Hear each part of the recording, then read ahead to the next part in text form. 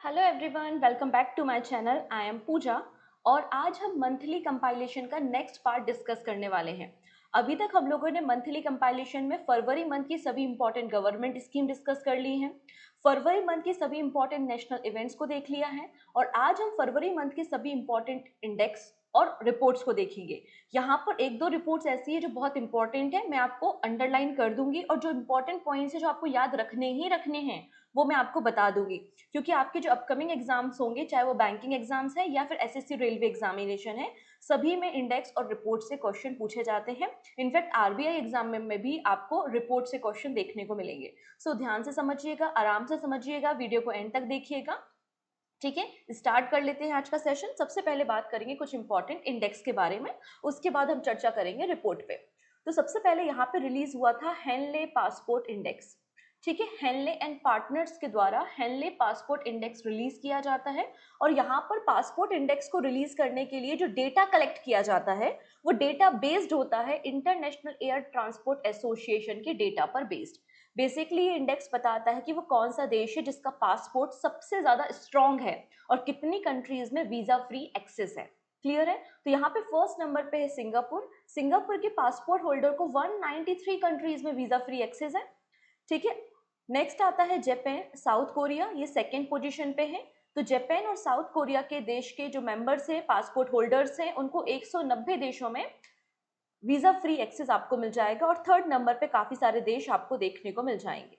अब यहाँ पे बारी आती है हमारे भारत की कि भारत हेनले पासपोर्ट इंडेक्स में कहाँ पर है। तो इंडिया की पोजीशन है 80 और इंडिया के पासपोर्ट होल्डर 56 कंट्रीज में वीजा फ्री एक्सेस ले सकते हैं। अब इंडिया के साथ ये जो 80th पोजीशन है वो अल्जीरिया, इक्वेटोरियल गिनी और तजाकिस्तान शेयर करते हैं और 56 कंट्रीज में इन्हें वीजा फ्री एक्सेस देखने को मिल जाएगा।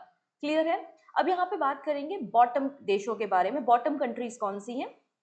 तो लास्ट नंबर पे 99th पोजीशन पे है अफगानिस्तान। अफगानिस्तान के पासपोर्ट होल्डर को केवल और केवल 25 डेस्टिनेशन पे ही वीजा फ्री एक्सेस है। अफगानिस्तान के अलावा सीरिया और इराक आपको देखने को मिलेंगे। क्लियर है? तो हमें क्या क्या पता होना चाहिए, इंडिया की रैंकिंग कितनी है, इंडिया की जो रैंकिंग है कितने देशों में हमें वीजा फ्री एक्सेस है और टॉप कंट्री कौन सी है, ये कुछ बातें एग्जाम में पूछी जाती हैं। एंड ऑब्वियसली बात है बॉटम कंट्री कौन सी है, अफगानिस्तान आपको मिल जाएगी। ठीक है, नेक्स्ट है करप्शन परसेप्शन इंडेक्स। यहाँ पे अलग अलग जो आपके गवर्नमेंट डिपार्टमेंट्स होते हैं, मिनिस्ट्री लेवल होती है, तो कई सारे करप्शन होते हैं, भ्रष्टाचार तो होता ही है। तो करप्शन परसेप्शन इंडेक्स यही सारी बातें बताता है। यहाँ पर 180 कंट्रीज की रैंकिंग की गई है बेस्ड ऑन द करप्शन, वो भी पब्लिक सेक्टर लेवल पर।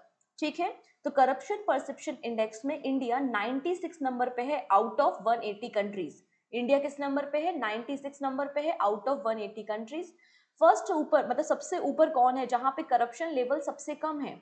तो डेनमार्क आपको टॉप पर देखने को मिल जाएगा 7th consecutive time. Denmark first number पे है, सेकंड नंबर पे फिनलैंड है, थर्ड नंबर पे सिंगापुर है। जबकि इंडिया 96 स्पॉट पर आपको देखने को मिल जाएगा और इंडिया का जो स्कोर है आउट ऑफ 100 वो 38 आपको देखने को मिल जाएगा। ना बात करते हैं बॉटम कंट्री कौन सी जहां पे सबसे ज्यादा भ्रष्टाचार है। एक्चुअली यहाँ पे ये जो स्कोर होते हैं वो 0 से लेकर 100 तक स्कोर होते हैं। जितना ज्यादा 100 के पास होगा मतलब आपकी जो कंट्री है वहां पे करप्शन नहीं है, और जितना ज्यादा 0 के पास होगा मतलब उतनी हाईली करप्टेड कंट्री आपकी है। तो साउथ सुडान जैसे है, साउथ सुडान का स्कोर कितना है? 8 है और बॉटम पे आपको साउथ सुडान देखने को मिलेगा करप्शन लेवल पे। साउथ सुडान के बाद सोमालिया आपको देखने को मिल जाएगा। सोमालिया का जो स्कोर है वो 9 नंबर पे आपको देखने को मिलेगा। क्लियर है? तो बॉटम कंट्री क्या हो गई? साउथ सुडान हो गई और सोमालिया हो गई। पहली बार इस रिपोर्ट को 1995 में 1995 में रिलीज किया था। नेक्स्ट है क्लाइमेट रिस्क इंडेक्स। तो क्लाइमेट रिस्क इंडेक्स पब्लिश होता है सिंस 2006 और ये longest running annual climate impact related indices है। इस रिपोर्ट में बताया गया कि पिछले 30 सालों में कितने सारे आपने देखे साइक्लोन आते हैं, अर्थक्वेक आते हैं, ग्लोबल वार्मिंग के कारण, हीट वेव के कारण लोगों की जान चली जाती है, एक्सट्रीम वेदर फिनोमिना के कारण लोगों की जान चली जाती है।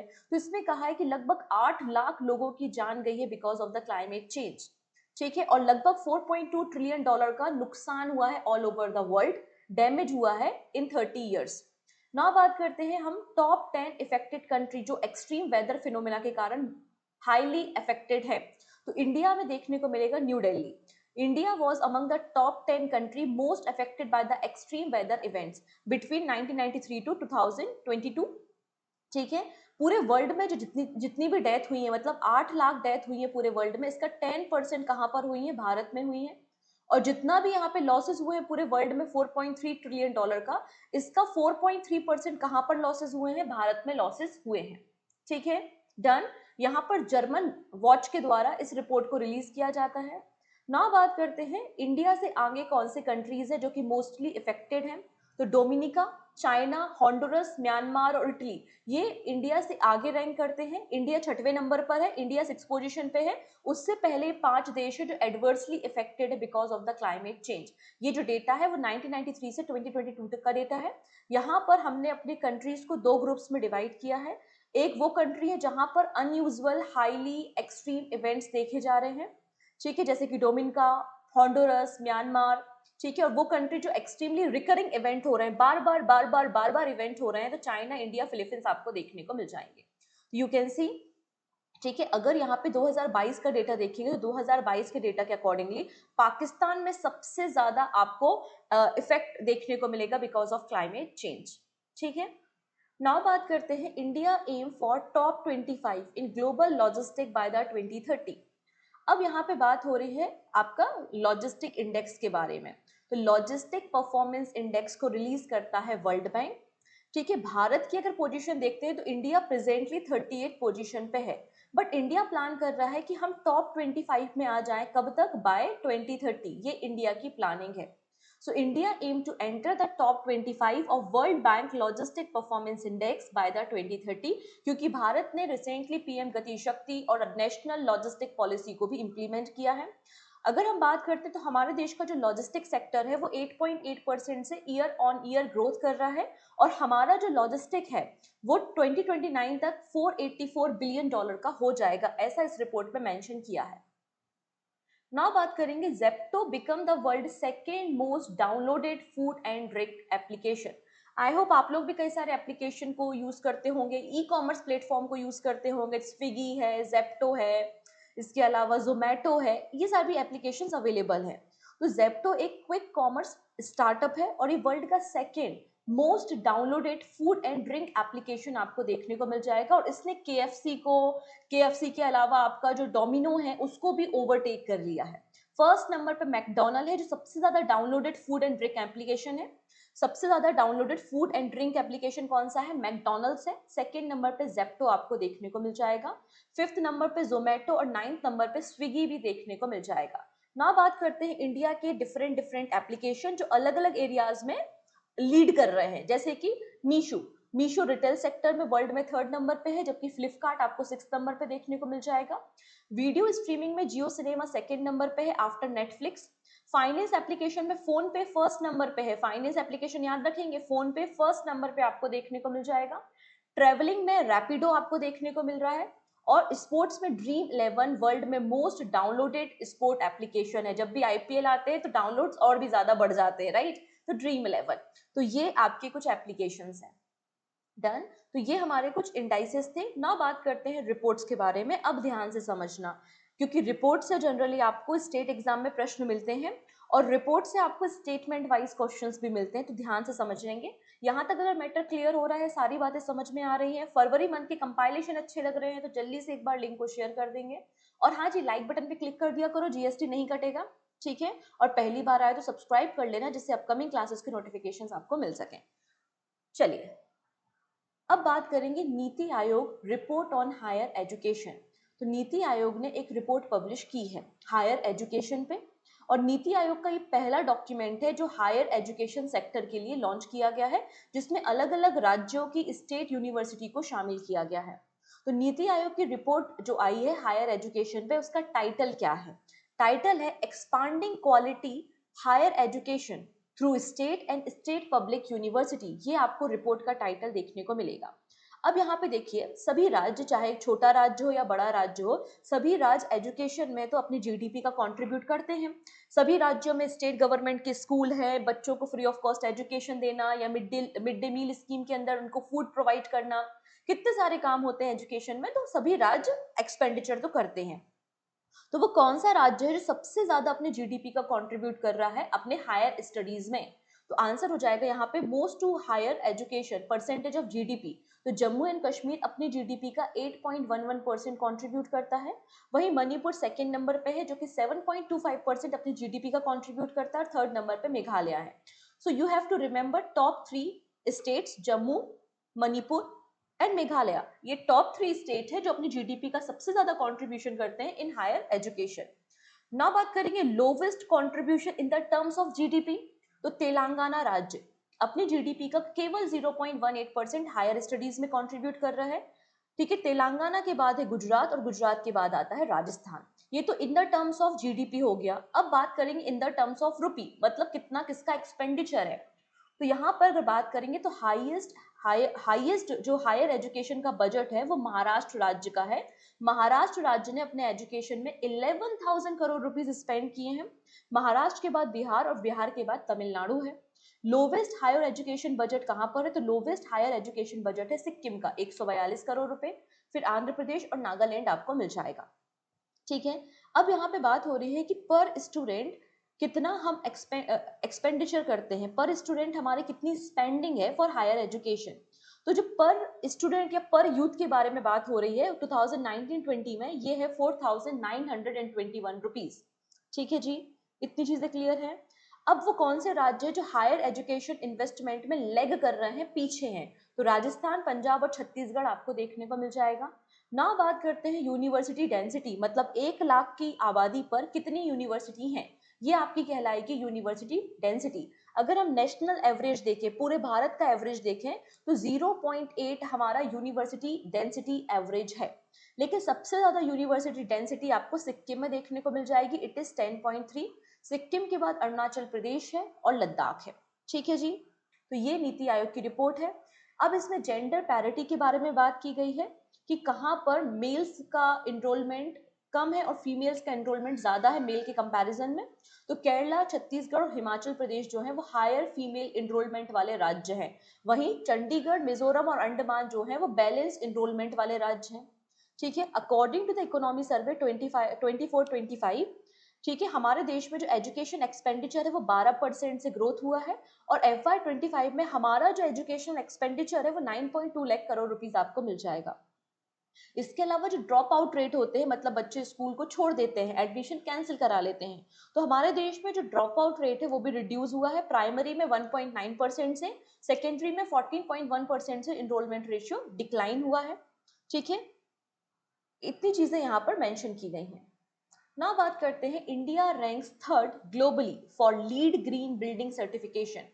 ठीक है, अभी जो लीड ग्रीन सर्टिफिकेशन है, यूएस ग्रीन बिल्डिंग काउंसिल के द्वारा ये सर्टिफिकेशन दिया जाता है।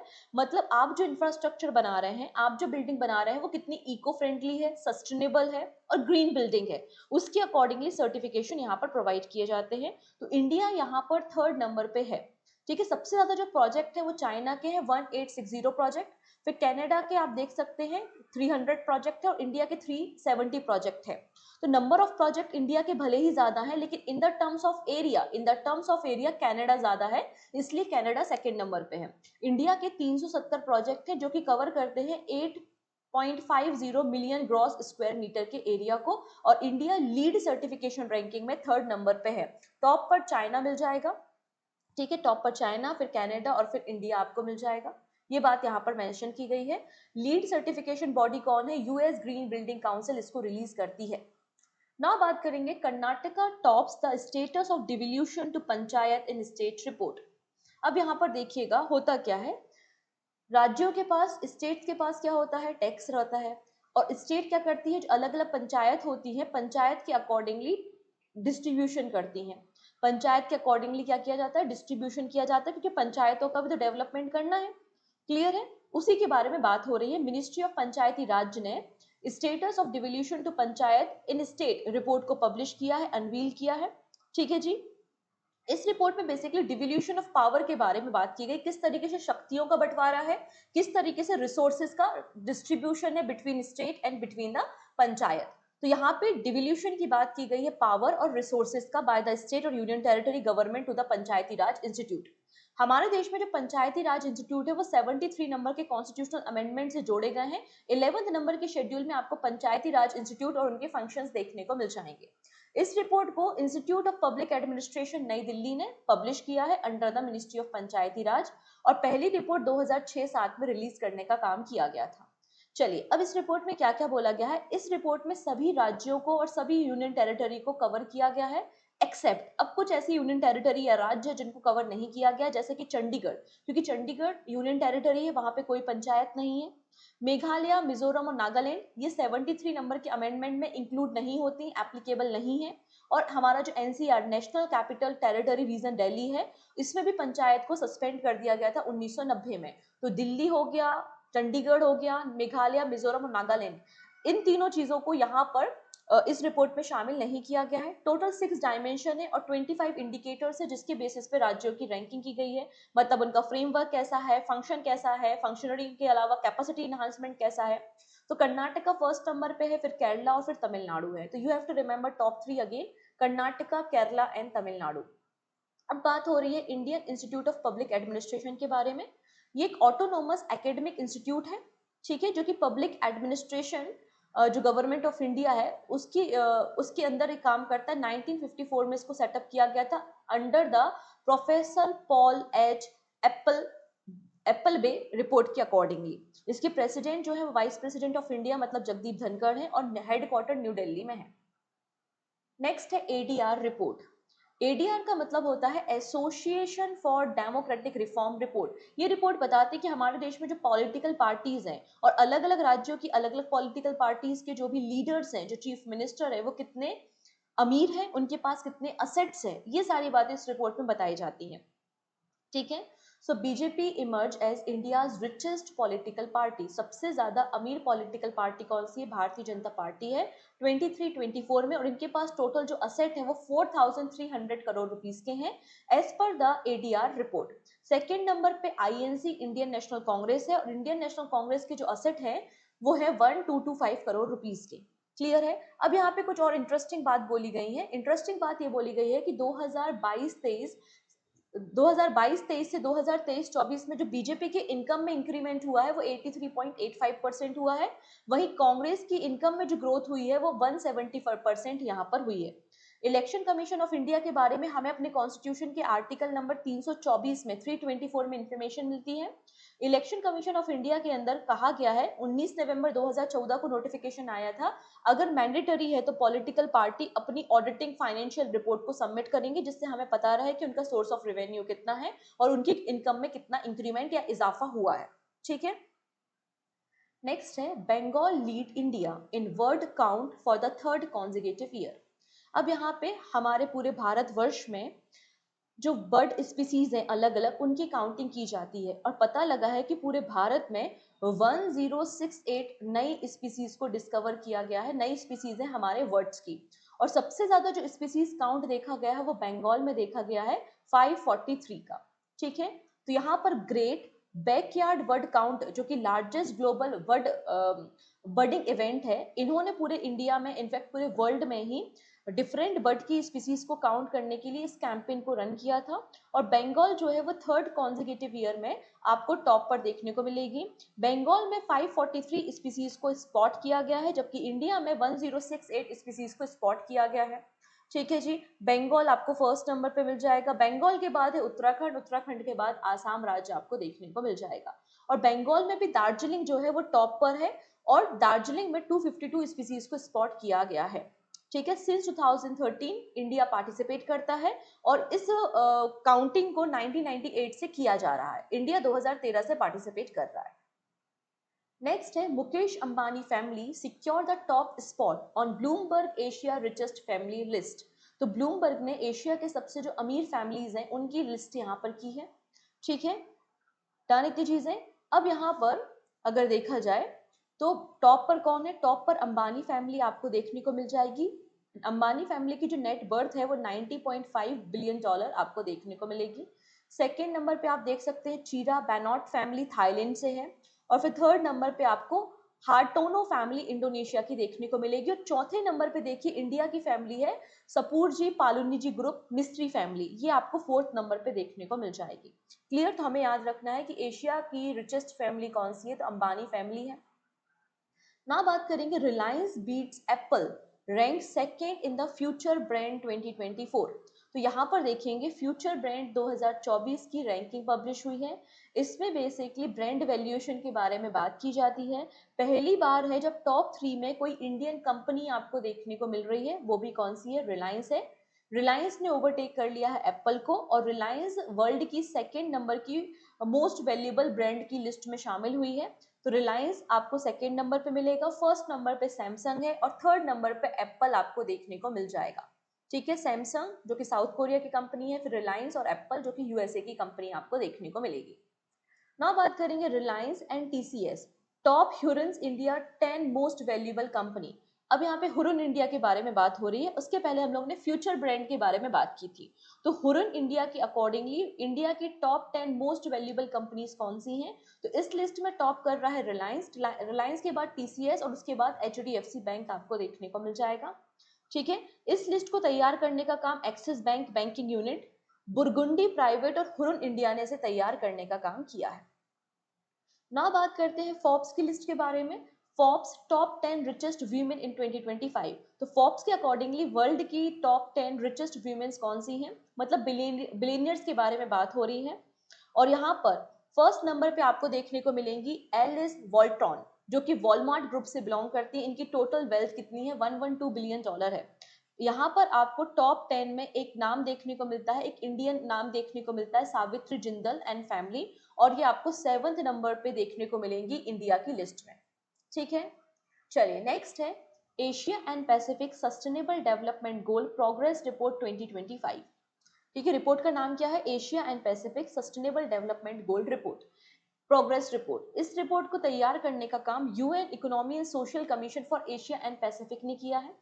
ठीक है, किसने किया है इस रिपोर्ट को तैयार, तो इस रिपोर्ट को तैयार UN economy and social commission for Pacific Asia and Pacific ने किया है। अब यहाँ पे हमें सबको पता है कि 17 सस्टेनेबल डेवलपमेंट गोल हैं। इस रिपोर्ट में यही बताया गया है कि कौन सा गोल हम सही डायरेक्शन में काम कर रहे हैं, गोल्स कौन सा ऐसा गोल है जिसमें हम पीछे चल रहे हैं, भारत का कहाँ पर कौन सा इंप्रूवमेंट है, भारत कहाँ पर लैग कर रहा है, ये सारी बातें इसमें मेंशन की गई हैं। इस रिपोर्ट में कहा गया कि कई सारे सस्टेनेबल डेवलपमेंट गोल हैं जिसमें प्रोग्रेस या अचीवमेंट देखा गया है, जैसे कि इनकम पॉवर्टी, गोल नंबर 1 कि हमें गरीबी को हटाना है, गरीबी को खत्म करना है, पॉवर्टी, और आपका गोल नंबर 2 अंडर नरिशमेंट, ये दोनों एरियाज जो है इसमें रिडक्शन देखा गया है। ठीक है, गोल नंबर 9 होता है आपका स्मॉल स्केल इंडस्ट्री। तो हमारे देश में हम स्मॉल स्केल इंडस्ट्री को सपोर्ट कर रहे हैं और ह्यूमन ट्रैफिकिंग से फाइट कर रहे हैं, मतलब इंसानों की जो खरीद और बेच होती है उसको रोकने की कोशिश की जा रही है गोल नंबर 16 के अंदर। सबसे बड़ा जो चैलेंज है, मतलब वन ऑफ द चैलेंज जो है वो है आपका क्वालिटी एजुकेशन, जो कि गोल नंबर 4 को बात करता है, और डिसेंट वर्क गोल नंबर 8, और सबसे बड़ा जो कंसर्न है वो है क्लाइमेट चेंज, वो है गोल नंबर 13। ये सारी बातें इस रिपोर्ट में मेंशन की हैं। देखिएगा आप यहाँ पर, ये जो आपका मंथली कंपाइलेशन है ये हमारी पीडीएफ का पार्ट है। ठीक है, जो फरवरी मंथ की मंथली करंट अफेयर्स की मैगजीन अवेलेबल है ना पूजा जैन क्लासेस एप्लीकेशन में, उसी का पार्ट आपको ये देखने को मिल जाएगा। तो आपको वहां पर इस 17 जो सस्टेनेबल डेवलपमेंट गोल है ना वो आपको देखने को मिल जाएंगे। तो आप इन गोल को एक बार पढ़ के जरूर जाइएगा कि गोल नंबर 1 नो पॉवर्टी है, गोल नंबर 2 में जीरो हंगर है, थर्ड में गुड हेल्थ और वेलबींग है, फोर्थ क्वालिटी एजुकेशन की बात करता है, पांचवा जेंडर इक्वेलिटी, छठवा क्लीन वाटर एंड सैनिटेशन के बारे में बात करता है। तो आप यहाँ पे कोशिश करना इन 17 गोल्स को आप थोड़ा सा याद रखो, यहाँ से मैच द कॉलम बन जाता है, यहाँ से डायरेक्ट क्वेश्चन फ्रेम हो जाता है, आपको पीडीएफ में मिल जाएगा, और आप चाहो तो अभी स्क्रीनशॉट भी ले सकते हो, अदरवाइज इंटरनेट पे तो अवेलेबल है आपके 17 सस्टेनेबल डेवलपमेंट गोल। चलिए नेक्स्ट बात करेंगे लैंसेट रिपोर्ट के बारे में। तो इंडिया का सुसाइड रेट ड्रॉप हुआ है 30% से इन 3 डिकेड्स, मतलब 30 सालों में 30% की कमी आई है सुसाइड में। तो ये लैंसेट स्टडी पब्लिश की गई है based on the data from the global burden of disease injury and risk factor. इसमें कहा है कि 30% का डिक्लाइन हुआ है इंडिया के सुसाइड डेथ रेट में 1990 से लेकर 2021 के बीच में, मतलब पिछले 30 सालों में। ठीक है, स्टडी में रिवील किया गया है कि हर एक पर्सन, मतलब 43 सेकेंड्स में हर एक पर्सन जो है वो सुसाइड कर रहा है। और यहाँ पे कुछ ऐसे ग्रुप्स हैं जिसमें आपको सुसाइड रेट जो है वो डिक्लाइन देखने को मिलेगा। In India suicide rate have decrease significantly particularly among females. Female में सुसाइड रेट डिक्लाइन हुआ है। इसमें बोला गया कि 1990 में लगभग 18.9 पर लैख पॉपुलेशन आपको सुसाइड देखने को मिलते थे, और अब यहाँ पे 2021 में 13 पर लैख पॉपुलेशन, मतलब 1 लाख में 13 लोग यहाँ पे सुसाइड कर रहे हैं। जेंडर बेस्ड ब्रेकडाउन भी किया है कि फीमेल का सुसाइड रेट कितना है और मेल का कितना है। तो सुसाइड रेट फीमेल में डिक्लाइन हुआ है। पहले ये कितना था, 16.8 पर लैख था, और अब ये 10.3 पर लैख हो गया है। वहीं मेल में भी सुसाइड रेट डिक्लाइन हुआ है 20.9 पर लैख से 15.7 पर लैख। अब यहाँ पे सबसे ज्यादा जो इफेक्टेड ग्रुप है, जिसमें सबसे ज्यादा केसेस देखे जा रहे हैं सुसाइड के, वो एडुकेटेड फीमेल्स हैं, जो अपनी फैमिली प्रॉब्लम्स बताई जाती हैं रीजन जिसके कारण वो सुसाइड कर रही हैं। तो मैक्सिमम जो डेथ रेट रिकॉर्ड किए गए हैं वो एडुकेटेड वीमेंस में किए गए हैं। Family problem most common reason बताया जाता है। ठीक है, अब हमारे देश में नेशनल सुसाइड प्रिवेंशन स्ट्रेटजी भी हम 2022 में लेकर आए थे। इसमें हमारा टारगेट था कि जो सुसाइड से होने वाली डेथ्स हैं उनको हमें 10% तक रिड्यूस करना है बाय द 2030।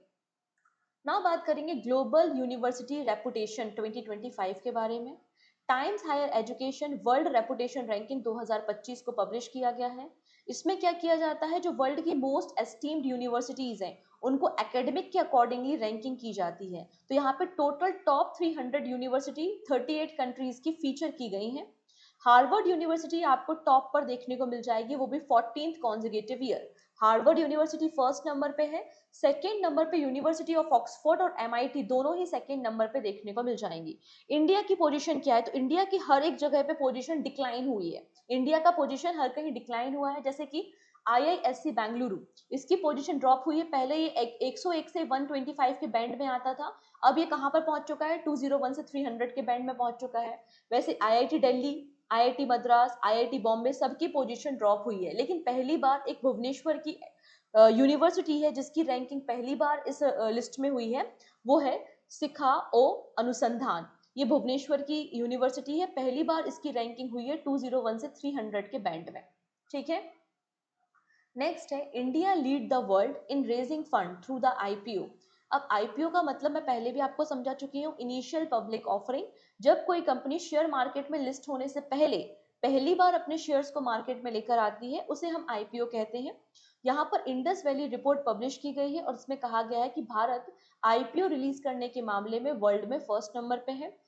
अलग अलग कंपनीज ने IPO के जरिए 19.5 बिलियन डॉलर के फंड को रेज किया है। ठीक है, जो कि पूरे वर्ल्ड का 23% है। इंडस वैली रिपोर्ट है जिसको रिलीज करने का काम Mumbai based Bloom Venture Advisor Private Limited ने किया है। इसमें बताया गया है कि 2000 अगर हम बात करते हैं 2024 में इंडिया में 268 IPO को रिलीज किया गया। 268 IPO को रिलीज किया गया, जिसमें से 90 मेन लिस्टेड कंपनीज हैं और 178 आपकी SME कंपनीज आपको देखने को मिलेंगी। इन 268 IPO के जरिए हमने 19.5 बिलियन डॉलर फंड को रेज किया है, जो कि पूरे वर्ल्ड का 23% है। भारत का जो सबसे बड़ा IPO रिलीज हुआ था वो हुंडई मोटर इंडिया का IPO था। लगभग ये 27 करोड़ रुपए का IPO रिलीज किया गया था, जो कि वर्ल्ड में सेकेंड नंबर पे सबसे बड़ा और भारत में सबसे बड़ा IPO रिलीज था। अगर बात करते वर्ल्ड का सबसे बड़ा IPO कौन सा आया था, तो लीनेज कंपनी USA की, इन्होंने सबसे बड़े IPO को रिलीज किया था। ठीक है, नेक्स्ट बात करेंगे internet shutdown in 2024 report release by advocacy body Access Now. अब देखिए समटाइम्स होता क्या है, आप लोग ने भी देखा होगा, जब भी कोई दंगा होता है, स्ट्राइक होती है, ठीक है, या कोई आपको सर्जिकल स्ट्राइक करनी है, इलेक्शन का माहौल है, तो ऐसे केस में दंगे ना हो पाए, मिसकम्युनिकेशन ना हो पाए, इसलिए हम क्या करते हैं, वो सर्टेन एरिया में इंटरनेट को ऑफ कर देते हैं, इंटरनेट को बंद कर देते हैं। तो म्यांमार टॉप पर चल रहा है जहां पे सबसे ज्यादा इंटरनेट को बंद किया गया, और सेकंड नंबर पे इंडिया है। ठीक है, तो India saw a reduction in number of internet shutdown to 84 during the 2024। तो 2024 में 84 बार इंटरनेट को शटडाउन किया गया है, जबकि म्यांमार फर्स्ट नंबर पे है विद 85 शटडाउन्स। ठीक है, 54 कंट्रीज में 2024 में 296 शटडाउन हुए हैं। फर्स्ट नंबर पे म्यांमार में, म्यांमार के बाद आता है इंडिया, इंडिया के बाद पाकिस्तान आपको देखने को मिल जाएगा। ठीक है जी, डन इतनी चीजें। इसमें कहा गया है कि 84 शटडाउन ऐसे थे जो कि आपकी डेमोक्रेसी को इफेक्ट करते थे। 16 राज्यों में इफेक्शन हुआ है। इसका मेन जो रीजन है वो प्रोटेस्ट था, इलेक्शन था, कम्युनल वायलेंस और एग्जामिनेशन था। और इसमें यह भी कहा है इससे लोगों की फंडामेंटल राइट भी ब्रीच होते हैं, जैसे कि आर्टिकल 19(1) फंडामेंटल राइट है। राइट टू एजुकेशन आपका फंडामेंटल राइट है, क्योंकि इंटरनेट बंद हो जाएगा तो आप करंट अफेयर्स कैसे देखोगे, तो again it is of your fundamental right. इसके अलावा इंटरनेट शटडाउन से भारत में $322 मिलियन का नुकसान भी हुआ है। ये सारी बातें इस रिपोर्ट में मेंशन की गई हैं। आई थिंक आपको सारा मैटर क्लियर हो चुका होगा। तो ये थे हमारे फरवरी मंथ के सभी इंपॉर्टेंट इंडाइसेस और सभी इंपॉर्टेंट रिपोर्ट्स। सो आज के लिए इतना ही, मिलते हैं नेक्स्ट वीडियो में नेक्स्ट मंथ मतलब नेक्स्ट कंपाइलेशन के साथ। तब तक अपना ध्यान रखिएगा और पीडीएफ के लिए आप पूजा जन क्लासेस एप्लीकेशन पर विजिट करना, वहां पर ये पीडीएफ अवेलेबल है, आप इसे डाउनलोड कर सकते हैं और प्रिंटेबल फॉर्मेट में है। तो जल्दी से एक बार लिंक को शेयर कर दो और मिलते हैं हम नेक्स्ट वीडियो में। Take care and bye bye.